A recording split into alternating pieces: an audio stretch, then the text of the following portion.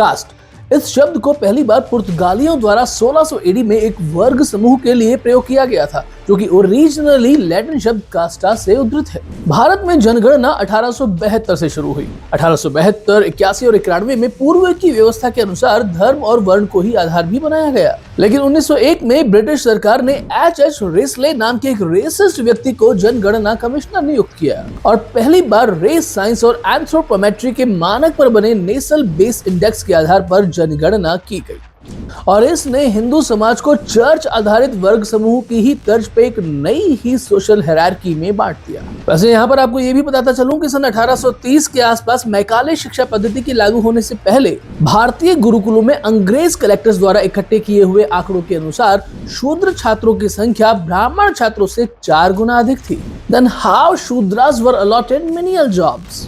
Actually सच तो ये है कि हमारी सामाजिक व्यवस्था चर्च का धंधा फैलाने में सबसे बड़ी बाधा थी। इसलिए अंग्रेजों ने शूद्र शब्द को ही खत्म कर इसका दानवीकरण भी कर दिया। नहीं तो भारत का तथाकथित उद्धार कैसे करते वो वाणिज्यिक डकैत उर्फ गोरे मालिक।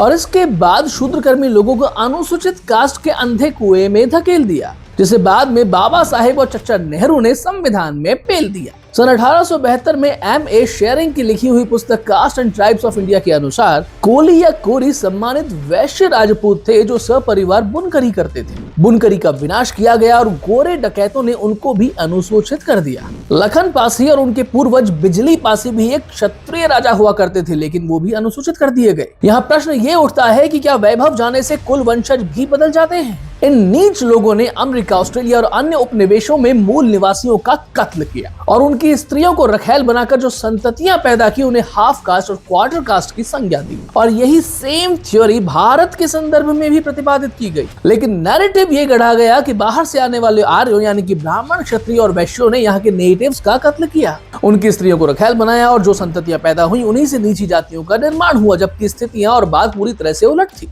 प्रश्न तो ये भी है कि क्या मनुस्मृति में अनुसूचित जाति दर्ज है क्या? कास्ट का अनुवाद जाति और धर्म का अनुवाद रिलीजन कर दिया गया। तो ऐसे में संसार के कितने ही देशों में प्रचलित हाफ कास्ट और क्वार्टर कास्ट का अर्थ मनुवादी बताएंगे या ईसाई।